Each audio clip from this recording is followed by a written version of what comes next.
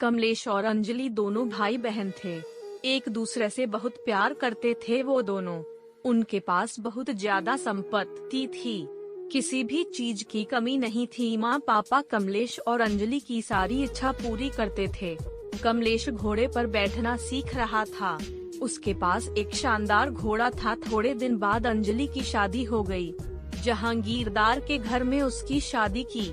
मायके वालों से भी ज्यादा अंजलि के ससुराल वाले अमीर थे। कमलेश भी अब बड़ा हो गया था। उसकी शादी बाकी थी, परंतु अचानक उनके पिता की मौत हो गई और कुछ दिनों बाद मां की भी मृत्यु हो गई। कमलेश अब अकेला रह गया था। अंजलि भी 4 दिनों के लिए मायके आई थी, पर वापस भी चली गई अपने ससुराल। अब सारा कारोबार कमलेश के कंधों पर आया था, पर उसे अनेक लोगों ने फंसाया। एक बार बड़ी डील की, पर उसमें उसे घाटा हुआ और कमलेश बर्बाद हो गया। उसकी खेती जब्त हो गई, घर की नीलामी हो गई। ऐशो आराम में रहने वाला कमलेश अब उसके बुरे दिन आ गए। जिसके पास सैकड़ों लोग खाना खाते थे, आज वो एक निवाले के लिए तरस रहा था। जो मुलायम गद्दे पर सोता था, आज उसे सड़क पर सोना पड़ रहा था। जिस कमलेश को हजारों लोग पहले हाथ जोड़ते थे, वहीं आज सबके सामने हाथ फैला रहा था। कमलेश ने सोचा अपनी बहन के पास जाए, लेकिन अमीर बहन के पास भिखारी जैसे कैसे जाऊं? जिसके पास पहले हाथी घोड़े पर बैठकर जाता था, आज उसके पास पैदल कैसे जाऊं? जरी के पोशाक में पहले जाता था, वहाँ अब फटे हुए कपड़े में कैसे जाऊं? परंतु कमलेश मन में बोला, प्यार अमीरी और गरीबी नहीं देखता। मेरी बहन मुझे अपने पास क्यों नहीं आने देगी भला? 6 मुमकिन नहीं है ये कि वो मेरी हालत की वजह से मुझे धिक्कारे। वह बहन के पास गया, दरवाजे में खड़ा हुआ। ऊपर छत से बहन देख रही थी। कमलेश ने ऊपर देखा, पर बहन अंदर चली गई। कमलेश को लगा बहन नीचे मिलने के लिए आ रही होगी, पर कोई आया नहीं। दरवाजे पर खड़े नौकर ने पूछा, कौन हो तुम? यहाँ क्यों खड़े हो चोरों के जैसे? निकलो यहाँ से। कमलेश बोला, मेरे बहन का घर है ये, उसे अंदर जाकर बताओ जाओ। नौकर हंसकर घर में जाकर वापस आया। वह कमलेश को बोला, चलो वहाँ तबेले में, आपको खाना ला कर देता हूँ, वह खा लो और जाओ यहाँ से।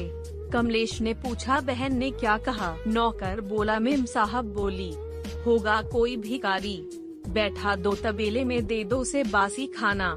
कमलेश तबेले में गया और उसकी आंखों से आंसू आने लगे। उसे नौकर ने सूखी रोटी दे दी। कमलेश ने वहाँ पर एक खड्डा खोदा और वहाँ पर वह रोटी दबा दी। पानी पिए बिना वो वहाँ से चला जाता है। उस दिन के बाद कुछ सोचकर कमलेश उड़देश चला जाता है। वहाँ के राजा का वह नौकर बना। एक बार उस राजा को बहुत कठिन समस्या आई। कमलेश की सलाह से राजा उस समस्या से बाहर निकला। कमलेश से खुश होकर राजा ने उसे मुख्य प्रधान बना दिया। कमलेश के कहने मुताबिक राजा सब काम करने लगा था। नए प्रधान के रूप में कमलेश की वाह होने लगी। कमलेश ने अब शादी भी कर ली। वह बड़े बंगले में रहने लगा। अब अपनी बहन को जाकर मिले ऐसा उसे लगा। तब बड़ी की मात्रा वह अपनी पत्नी के साथ बहन के घर निकाला।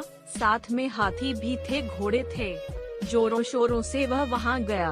अपने से आगे अपने जासूस बहन को इसके आने का संदेश बताने के लिए भेजे।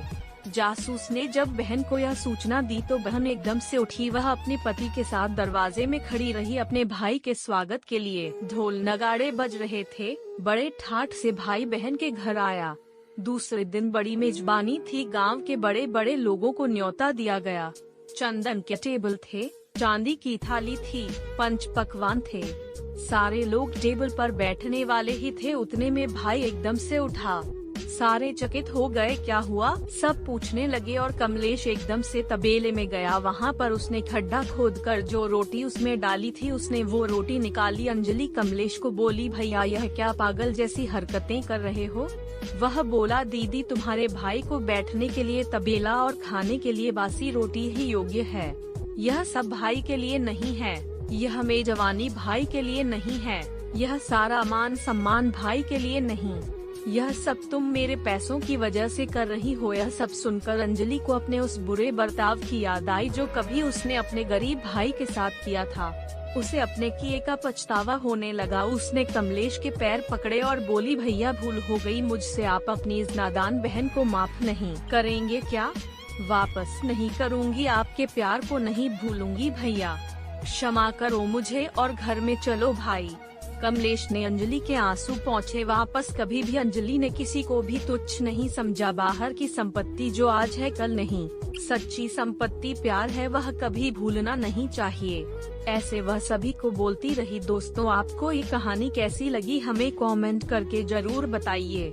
दोस्तों, ऐसे ही कहानियाँ रोजाना सुनने और देखने के लिए चैनल को सब्सक्राइब जरूर कर लीजिए। धन्यवाद।